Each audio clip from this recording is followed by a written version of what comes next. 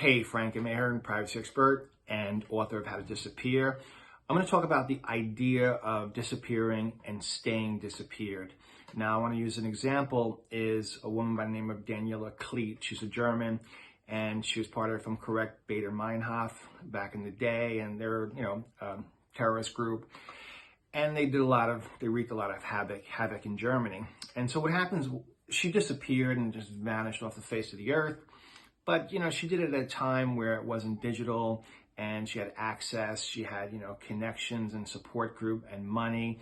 And so she was able to just go and never be found. But what happened was about a year or so ago, she was arrested. And it turns out, she was just showing up in public. She was showing up at protests and events, and she was just out there. And, when you disappear, you can't let your guard down, and you can't allow comfortability to take you over and say, yeah, I'm safe now, nobody's going to recognize me. Because there's always a journalist out there or somebody online or somebody somewhere, even in your inner circle, who just might drop a dime on you. So the idea is, if you're going to disappear, stay disappeared.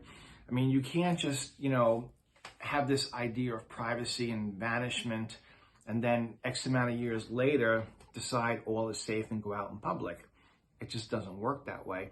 So it's happened to several people who disappeared where they become public after the fact and they just figured, the world forgot about them.